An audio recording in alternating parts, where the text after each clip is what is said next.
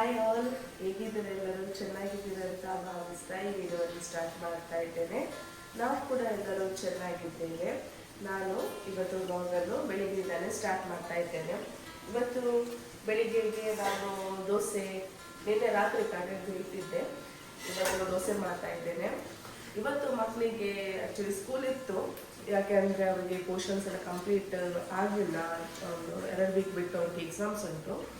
ಅದಕ್ಕೋಸ್ಕರ ಅವರಿಗೆ ಇವತ್ತು ಕ್ಲಾಸ್ ಇತ್ತು. ಬಟ್ ನಿನ್ನೆ ರಾತ್ರಿಯಿಂದ ತುಂಬ ಮಳೆ ಬರುವ ಕಾರಣ ಅವರಿಗೆ ಕ್ಲಾಸ್ ಕ್ಯಾನ್ಸಲ್ ಮಾಡಿದ್ದಾರೆ, ಅಂದರೆ ಹಾಲಿಡೇ ಡಿಕ್ಲೇರ್ ಮಾಡಿದ್ದಾರೆ. ಅದಕ್ಕೋಸ್ಕರ ಇವತ್ತು ಮಕ್ಕಳು ಕೂಡ ಮನೆಯಲ್ಲಿದ್ದಾರೆ. ಇವತ್ತು ಬೆಳಿಗ್ಗೆ ಅದೇ ಬ್ರೇಕ್ಫಾಸ್ಟ್ಗೆ ದೋಸೆ ಮಾಡ್ತಾ ಇದ್ದೇನೆ. ಮತ್ತು ಪದಾರ್ಥ ಮಶ್ರೂಮ್ ಮಾಡುವ ಅಂತ ಇದ್ದೇನೆ. ದೋಸೆ ನಾನು ಈ ವಿಡಿಯೋದಲ್ಲಿ ನನ್ನ ಬೆಳಗಿನ ರೂಟೀನನ್ನು ನಿಮ್ಮೊಟ್ಟಿಗೆ ಶೇರ್ ಮಾಡ್ತಾ ಇದ್ದೇನೆ. ಇದರಲ್ಲಿ ನಾನು ಸಿಂಪಲಾಗಿ ಮಶ್ರೂಮ್ ಮಸಾಲ ಮಾಡಿದ್ದು, ಹಾಗೆಯೇ ದೋಸೆ ಮಾಡಿದ್ದು, ಅದರ ರೆಸಿಪಿ ನಿಮ್ಮೊಟ್ಟಿಗೆ ಶೇರ್ ಮಾಡ್ತಾ ಇದ್ದೇನೆ. ನಮ್ಮ ಬೆಳಿಗ್ಗೆದು ರೂಟೀನ್ ಯಾವಾಗಲೂ ಬ್ಯುಸಿ ಆಗಿರುತ್ತೆ. ಇವತ್ತು ಸ್ವಲ್ಪ ಫ್ರೀ ಇದ್ದೇನೆ. ಮಕ್ಕಳಿಗೆ ಕೂಡ ರಜೆ ಉಂಟು, ನನಗೆ ಕೂಡ ರಜೆ ಉಂಟು.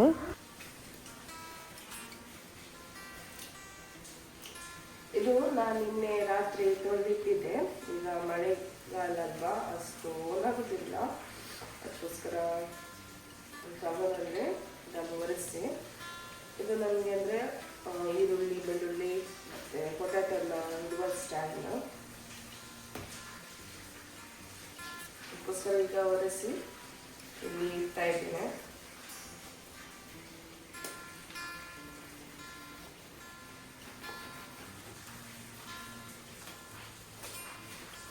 ಮನೆ ಅಂದಮೇಲೆ ಎಷ್ಟು ಕ್ಲೀನ್ ಮಾಡಿದ್ರು ಕೂಡ ಅಷ್ಟೇ ದೂರ ಆಗುತ್ತೆ.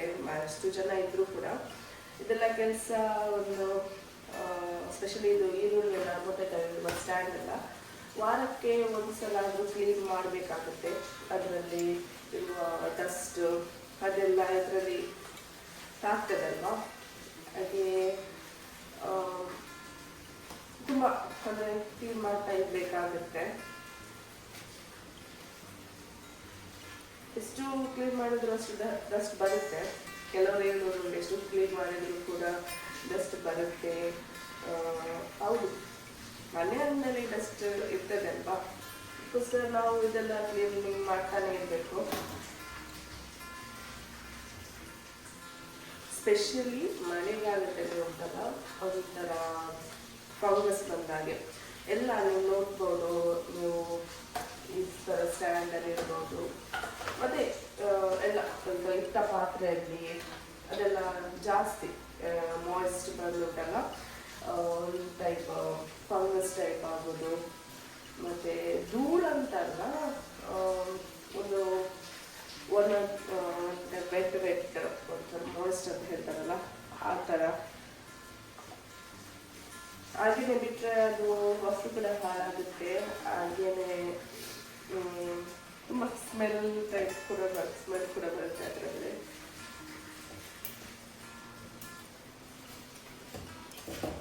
ಸ್ಪೆಷಲಿ ನಾವು ಯೂಸ್ ಮಾಡುವ ವಸ್ತುಗಳನ್ನೆಲ್ಲ ಕ್ಲೀನಾಗಿ ಇಟ್ಕೊಳ್ಬೇಕು.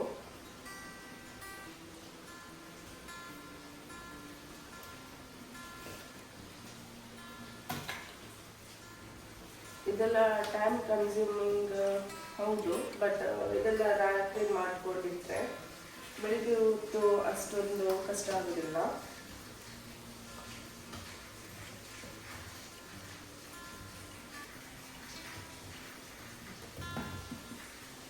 ಈ ಕೆಳಗಿನ ಬಾಟಲ್ಲಿ ಈರುಳ್ಳಿ ಇರ್ತೇನೆ, ಅಂದರೆ ಈರುಳ್ಳಿ ಸ್ವಲ್ಪ ಜಾಸ್ತಿ ಇರುತ್ತೆ ಅಲ್ವಾ, ಹಾಗೆ ಇಲ್ಲಿ ಇರುವುದಿಲ್ಲ ಅಂತಲ್ಲ, ಇದರ ವೇಟ್ ಸ್ವಲ್ಪ ಜಾಸ್ತಿ ಇರುವ ಕಾರಣ ನಾನು ಇದನ್ನು ರಿಪ್ಲೇಸ್ ಮಾಡಬಹುದು.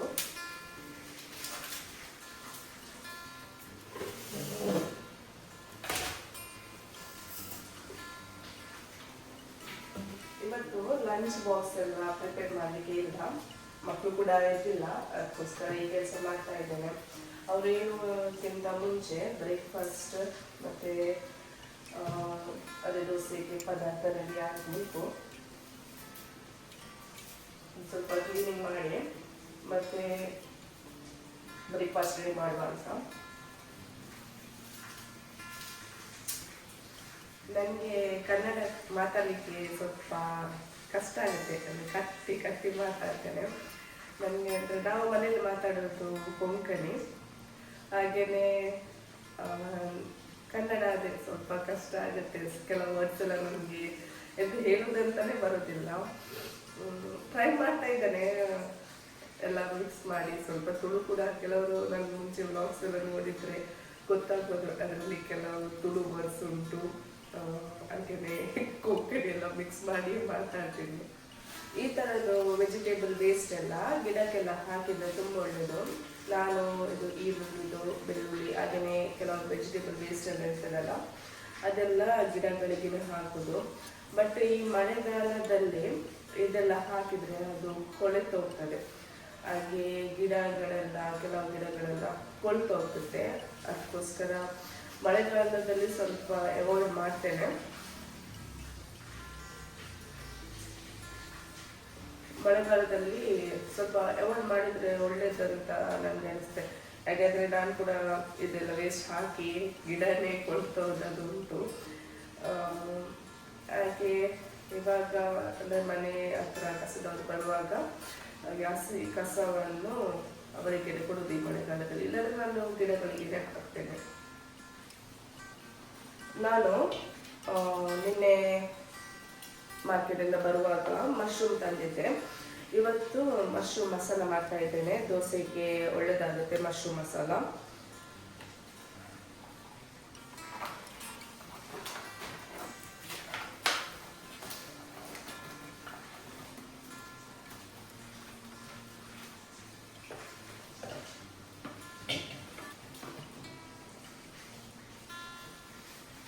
ಮೊದಲು ಇದನ್ನು ಚೆನ್ನಾಗಿ ತೊಳಿಬೇಕು.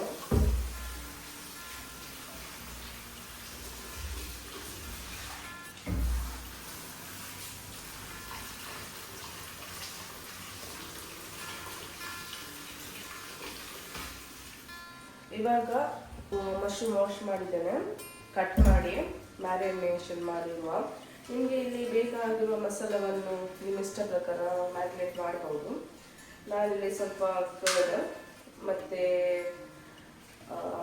ಜಾಸ್ತಿಯಾಗಿ ನಮ್ಮ ಮಂಗಳೂರು ಆಚೆ ಬಫಾರ್ ತುಡಿ ಅಂತ ಸಿಗ್ತದೆ, ಅದರಲ್ಲಿ ಎಲ್ಲ ಸ್ಪೈಸಸ್ ಇರ್ತದೆ. ಸೊ ಅದೇ ಸ್ವಲ್ಪ ಈಸಿ ಕೂಡ ಆಗುತ್ತೆ. ಹಾಗೆ ನಾನು ಬಫಾರ್ ತುಡಿ ಹಾಕಿ ಮ್ಯಾರಿನೇಷನ್ ಮಾಡ್ತಾ ಇದ್ದೇನೆ. ನಿಮಗೆ ಬೇಕಾದರೆ ಅದೇ ಕೊತ್ತಂಬರಿ ಪುಡಿ ಮತ್ತು ಸಾರಿಗೆ ಆ ಥರ ಯಾವ ಮಸಾಲ ನಿಮಗೆ ಇಷ್ಟ ಇರುವ ಮಸಾಲವನ್ನು ಹಾಕಿ ಮ್ಯಾರಿನೇಷನ್ ಮಾಡ್ಬೋದು.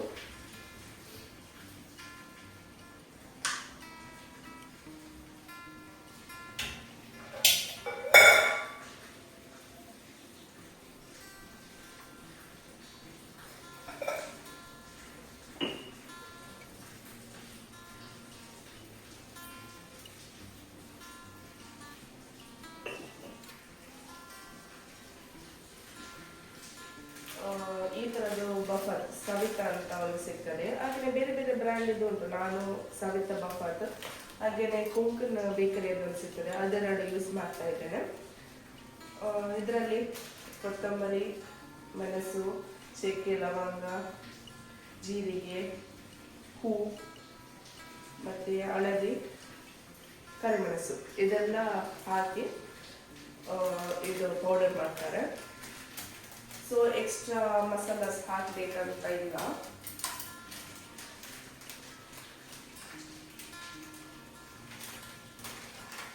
ಸ್ವಲ್ಪ ಉಪ್ಪು ಮತ್ತು ನಿಂಬೆ ಹಾಕ್ತಾ ಇಲ್ಲ ನಾನು, ಮೊಸರು ಹಾಕಿದ್ದೆಲ್ಲ. ಮತ್ತು ಸ್ವಲ್ಪ ಜಿಂಜರ್ ಗಾರ್ಲಿಕ್ ಪೇಸ್ಟ್ ಕೂಡ ಆ್ಯಡ್ ಮಾಡ್ತಾ ಇದ್ದೇನೆ. ಸ್ವಲ್ಪ ಕಸೂರಿ ಮೇಥಿಯನ್ನು ಕೂಡ ಆ್ಯಡ್ ಮಾಡ್ತಾ ಇದ್ದೇನೆ.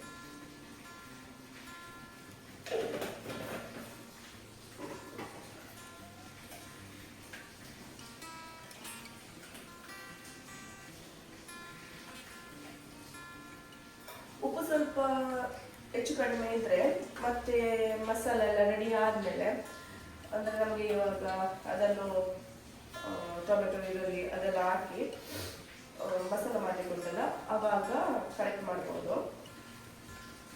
ಇವಾಗ ಇದನ್ನು ಮ್ಯಾರಿನೇಟ್ ಮಾಡ್ತಾ ಇದ್ದೇನೆ.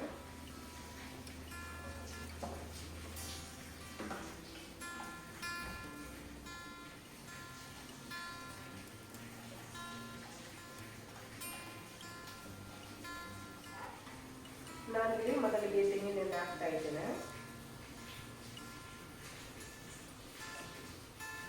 ನಾನು ಕೆಲಸಕ್ಕೆ ಹೋಗುವ ಕಾರಣ ನನಗೆ ಈ ಮಲ್ಟಿ ಟಾಸ್ಕಿಂಗ್ ಮಾಡಿ ಅಭ್ಯಾಸ ಉಂಟು.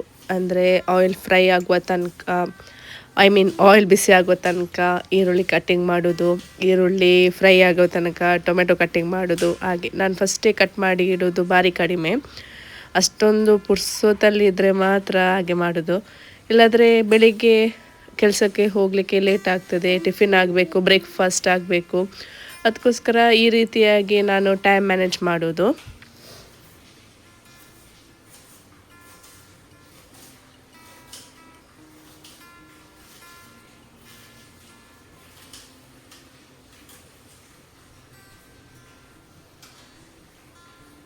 ಈರುಳ್ಳಿ ಸ್ವಲ್ಪ ಖಾರ ಉಂಟು. ಎಣ್ಣೆ ಬಿಸಿಯಾದ ನಂತರ ಅದಕ್ಕೆ ನಾನು ಈರುಳ್ಳಿ ಹಾಕ್ತಾ ಇದ್ದೇನೆ.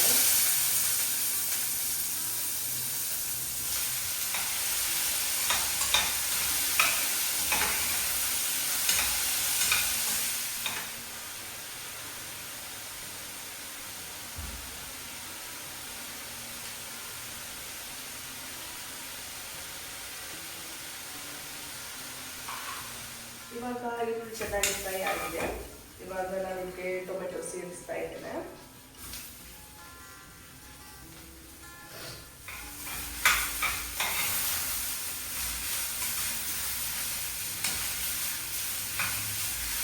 ಟೊಮೆಟೊ ಇವಾಗ ಚೆನ್ನಾಗಿ ಸಾಫ್ಟ್ ಆಗಬೇಕು. ಅದರ ನಂತರ ನಾನಿಲ್ಲಿ ಕ್ಯಾಪ್ಸಿಕಮ್ ಕಟ್ ಮಾಡಿ ಇಟ್ಟಿದ್ದೇನೆ, ಅದನ್ನು ಹಾಕಿಕೊಂಡು. ಕ್ಯಾಪ್ಸಿಕಮ್ ಆಪ್ಷನಲ್, ನಿಮಗೆ ಬೇಕಾದರೆ ಕೆಲವರಿಗೆ ಇಷ್ಟ ಆಗುತ್ತೆ, ಇಷ್ಟ ಇದ್ದವರು ಅದನ್ನು ಆ್ಯಡ್ ಮಾಡ್ಬೋದು, ಇಷ್ಟ ಇಲ್ಲಾದರೆ ಸ್ಕಿಪ್ ಮಾಡ್ಬೋದು.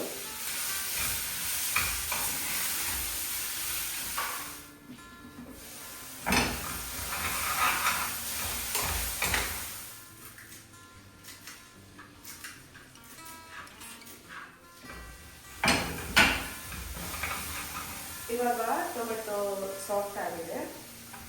ಮೊದಲು ಕ್ಯಾಪ್ಸಿಕಮ್ ಕೂಡ ಹಾಕ್ಬೋದು. ನಾನು ಇವಾಗ ಇದನ್ನು ಹಾಕ್ತಾ ಇದ್ದೇನೆ, ಮ್ಯಾರಿನೇಟ್ ಮಾಡಿದ ಮಶ್ರೂಮನ್ನು.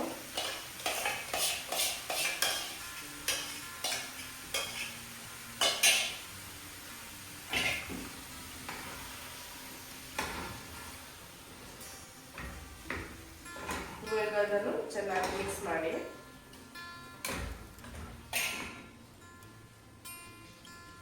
ಅದರೊಟ್ಟಿಗೆ ಇವಾಗ ಕ್ಯಾಪ್ಸಿಕಮ್ ಅನ್ನು ಹಾಕ್ತಾ ಇದ್ದೇನೆ. ನಾನಿಲ್ಲಿ ಗ್ರೀನ್, ರೆಡ್ ಮತ್ತೆ ಎಲ್ಲೋ ಯೂಸ್ ಮಾಡಿದ್ದೇನೆ.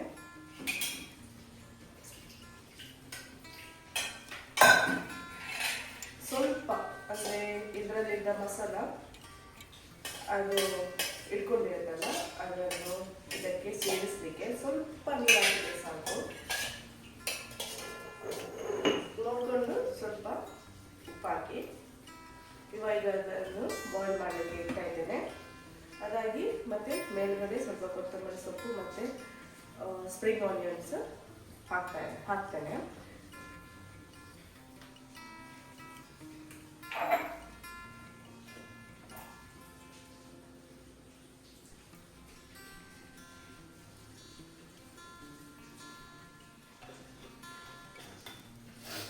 ನಾನು ಈ ಥರದ್ದು ಮೀಶೋದಿಂದ ಪರ್ಚೇಸ್ ಮಾಡಿದ್ದು ಸೆಟ್ ಆಫ್ 2. ಒಂದರಲ್ಲಿ ಆಯಿಲ್ ಹಾಕಿಡ್ತೇನೆ, ಒಂದರಲ್ಲಿ ಗೀ ಹಾಕಿಡ್ತೇನೆ. ಅಂದರೆ ದೋಸೆ ಎಲ್ಲ ಮಾಡುವಾಗ ಇದರಲ್ಲಿ ಹಾಕಲಿಕ್ಕೆ ಸ್ವಲ್ಪ ಈಸಿ ಆಗುತ್ತೆ ಅಂತ. ಇದರ ಲಿಂಕ್ ನಾನು ಡಿಸ್ಕ್ರಿಪ್ಷನಲ್ಲಿ ಶೇರ್ ಮಾಡಿರ್ತೇನೆ. ಯಾರಿಗಾದರೂ ಇಂಟ್ರೆಸ್ಟ್ ಇರ್ತಾರೆ ಅದನ್ನು ಪರ್ಚೇಸ್ ಮಾಡ್ಬೋದು. ತುಂಬ ಈಸಿ ಯೂಸ್ ಮಾಡಲಿಕ್ಕೆ, ದೋಸೆ ಮಾಡುವಾಗ, ಚಪಾತಿ ಮಾಡುವಾಗ ಎಲ್ಲ. ಅಂದರೆ ಈ ಥರ ಬ್ರಷ್ ಬಂದಿರುತ್ತಲ್ಲ,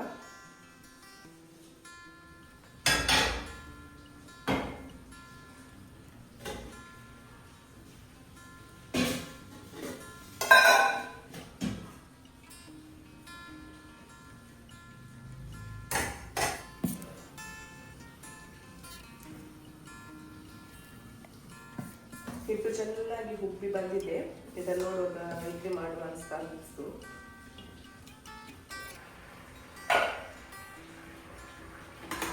ಇಲ್ಲಿ ಮಶ್ರೂಮ್ ಕೂಡ ಚೆನ್ನಾಗಿ ಬಾಯ್ಲ್ ಆಗ್ತಾ ಉಂಟು.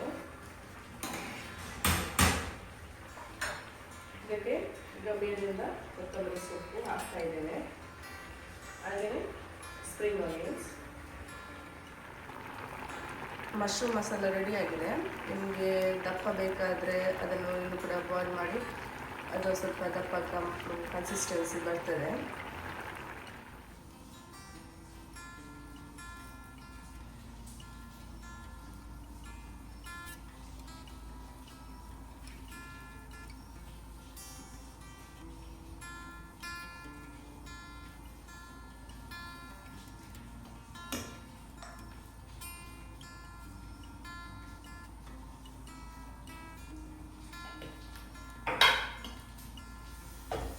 ನಾನು ಇವತ್ತು ದೋಸೆ ಮಾಡಲಿಕ್ಕೆ ಇಡ್ಲಿ ರೈಸ್, ಮೆಂತ್ಯ ಕಾಳು, ಉರದ್ ದಾಳು ಮತ್ತು ಅವಲಕ್ಕಿ ಯೂಸ್ ಮಾಡಿ ಬ್ಯಾಟರ್ ಮಾಡಿದ್ದು. ಮೊದಲಿಗೆ ಇಡ್ಲಿ ರೈಸ್, ಮೆಂತ್ಯ ಕಾಳು ಮತ್ತು ಉರದ್ ದಾಳು ಒಟ್ಟಿಗೆ ನೆನೆಸಲಿಕ್ಕೆ ಹಾಕಿದ್ದೆ. ಅದಾಗಿ ಗ್ರೈಂಡ್ ಮಾಡುವಾಗ ಅವಲಕ್ಕಿಯನ್ನು ಸ್ವಲ್ಪ ತೊಳೆದು ಅದರೊಟ್ಟಿಗೆ ಗ್ರೈಂಡ್ ಮಾಡಿ ಫರ್ಮೆಂಟ್ ಆಗಲಿಕ್ಕೆ ಇಟ್ಟಿದ್ದೆ. ನೋಡಿ, ಈ ಥರ ಸೂಪರಾಗಿ ಬಂದಿದೆ ದೋಸೆ. ನಾನು ಅಡಿಗೆ ಮಾಡುವಾಗ ಎಷ್ಟು ಕಡಿಮೆ ಆಗುತ್ತೆ ಮಿನಿಮಮ್ ಪಾತ್ರೆಗಳನ್ನು ಯೂಸ್ ಮಾಡೋದು. ಇಲ್ಲಿ ನಾನು ಯೂಸ್ ಮಾಡಿದ ಪಾತ್ರೆನೇ ವಾಶ್ ಮಾಡದೆ ಯೂಸ್ ಮಾಡೋದಂತ ಹೇಳುವ ಅರ್ಥ ಅಲ್ಲ. ನಾನಂದರೆ ಇಲ್ಲಿ ಫ್ಯಾನ್ಸಿ ವೆಸಲ್ಸ್ ಅಂದರೆ ಫ್ಯಾನ್ಸಿ ಪಾತ್ರೆಗಳೆಲ್ಲ ಬಳಸುವುದಿಲ್ಲ. ಅದನ್ನು ಸರ್ವ್ ಮಾಡಲಿಕ್ಕೆ ತೋರಿಸ್ಬೋದು, ಬಟ್ ಅದನ್ನು ಪುನಃ ವಾಶ್ ಮಾಡಬೇಕು. ಅದೆಲ್ಲ ನನಗೆ ಟೈಮ್ ಕನ್ಸ್ಯೂಮಿಂಗ್. ನನಗೆ ಸ್ಪೆಷಲಿ ನಾನು ಕೆಲಸಕ್ಕೆ ಹೋಗುವ ಕಾರಣದಿಂದ ಮತ್ತು ಮಕ್ಕಳಿಗೆ ಇಬ್ಬರು ಕೂಡ ಟಿಫಿನ್ ಸ್ನ್ಯಾಕ್ಸ್ ಎಲ್ಲ ಪ್ರಿಪೇರ್ ಮಾಡುವಾಗ ತುಂಬ ಟೈಮ್ ಕನ್ಸ್ಯೂಮ್ ಆಗುತ್ತೆ. ಅದಕ್ಕೋಸ್ಕರ ನಾನು ಯಾವ ರೀತಿ ಮನೆಯಲ್ಲಿ ಇದ್ದೇನೆ, ಯಾವ ರೀತಿ ನಾನು ಪಾತ್ರೆಗಳನ್ನು ಯೂಸ್ ಮಾಡ್ತಾ ಇದ್ದೇನೆ, ಅದೇ ನಾನಿಲ್ಲಿ ನಿಮ್ಮೊಟ್ಟಿಗೆ ಶೇರ್ ಮಾಡ್ತಾ ಇದ್ದೇನೆ. ನೋಡಿ, ಎಷ್ಟೊಂದು ಸಾಫ್ಟಾಗಿ ಬಂದಿದೆ ದೋಸೆ. ನೀವು ಕೂಡ ಒಮ್ಮೆ ರೆಸಿಪಿಯನ್ನು ಟ್ರೈ ಮಾಡಿ. ಮಕ್ಕಳು ಎದ್ದಿದ್ದಾರೆ. ಮಕ್ಕಳು ಎದ್ದ ತಕ್ಷಣ ಒಳಗೆ ಬಂದು ಕೇಳಿದರು ಸ್ಕೂಲಿಗೆ ಹೋಗಲಿಕ್ಕೆ ಉಂಟಲ್ಲ ಅಂತ. ಅದಕ್ಕೆ ನಾನು ಹೇಳಿದೆ, ಹೌದು ಸ್ಕೂಲಿಗೆ ಹೋಗಲಿಕ್ಕೆ ಉಂಟು, ಇವಾಗ ಟೈಮ್ ಆಗಿದೆ, ನೀವು ಇವತ್ತು ಲೇಟ್ ಅಂತ. ಅದಕ್ಕೆ ಅವರು ಹೇಳಿದರು, ನಾವಿವತ್ತು ಸ್ಕೂಲಿಗೆ ಹೋಗೋದಿಲ್ಲ, ಕ್ಲಾಸ್ಗೆ ಕೂಡ ಲೇಟ್ ಆಗಿದೆ, ಪ್ರಿನ್ಸಿಪಲ್ ಮ್ಯಾಮ್ ಮತ್ತು ಬೈತಾರೆ, ನಾವು ಹೋಗೋದಿಲ್ಲ ಅಂತ ಹೇಳ್ತಿದ್ರು. ನಾನು ಕೂಡ ಅವರಿಗೆ ಹೇಳಿರಲಿಲ್ಲ ಇವತ್ತು ರಜೆ ಡಿಕ್ಲೇರ್ ಆಗಿದೆ ಅಂತ. ಆ್ಯಕ್ಚುಲಿ ಅವರಿಗೆ ಸ್ಯಾಟರ್ಡೇಸ್ ಕ್ಲಾಸ್ ಇರೋದಿಲ್ಲ. ನಾನು ಹೇಳಿದಾಗೆ ಅವರಿಗೆ ಎಕ್ಸಾಮ್ ಇರುವ ಕಾರಣ ಇವತ್ತು ಅವರಿಗೆ ಫುಲ್ ಡೇ ಇತ್ತು. ಮತ್ತು ರಜೆ ಕೂಡ ಡಿಕ್ಲೇರ್ ಮಾಡಿದ್ದು ಲೇಟ್ ಅಲ್ವಾ, ಅದಕ್ಕೆ ಅವರಿಗೆ ಗೊತ್ತಿರಲಿಲ್ಲ ಇವತ್ತು ರಜೆ ಅಂತ. ರಜೆ ಇರುವಾಗ ಮಾತ್ರ ಅವರು ಅಂದರೆ ಒಂದು 8:30 ಹಾಗೆ ಹೇಳೋದು, ಇಲ್ಲಾಂದರೆ ಬೆಳಿಗ್ಗೆ 7 o'clock ಅಷ್ಟೊತ್ತಿಗೆ ಹೇಳ್ತಾರೆ. ಅವರಿಗೆ 8:30ಗೆ ಸ್ಕೂಲಿಗೆ ಹೋಗಲಿಕ್ಕೆ. ಹಾಗೆ ಒಂದು ಸ್ಯಾಟರ್ಡೇ ಒಂದು ಸ್ವಲ್ಪ ಫ್ರೀಯಾಗಿ ಸಿಗುತ್ತೆ. ಅದಕ್ಕೋಸ್ಕರ ಸ್ಯಾಟರ್ಡೇ ಸ್ವಲ್ಪ ಅವರಿಗೆ ಲೇಟಾಗಿ ಎಬ್ಬಿಸೋದು. ಸ್ವಲ್ಪ ವಾಯ್ಸ್ ಚೇಂಜ್ ಆಗಿದೆ, ಅಂದರೆ ವೆದರ್ ಅಷ್ಟು ಒಳ್ಳೆಯದಿಲ್ಲ ಅಲ್ಲ, ಶೀತ ಆಗಿದೆ. ಈ ಸಿಂಪಲ್ ಆದ ಒಂದು ವಿಡಿಯೋ ನಿಮಗೆ ಲೈಕ್ ಆಗಿದೆ ಅಂತ ಅಂದ್ಕೊಳ್ತೀನಿ. ಈ ವಿಡಿಯೋ ಲೈಕ್ ಆದರೆ ಲೈಕ್ ಮಾಡಿ, ಶೇರ್ ಮಾಡಿ. ಹಾಗೆಯೇ ನನ್ನ ಚಾನಲನ್ನು ಫಸ್ಟ್ ಟೈಮ್ ನೋಡೋದಾದರೆ ಪ್ಲೀಸ್ ಸಬ್ಸ್ಕ್ರೈಬ್ ಮಾಡಿ. Thank you all.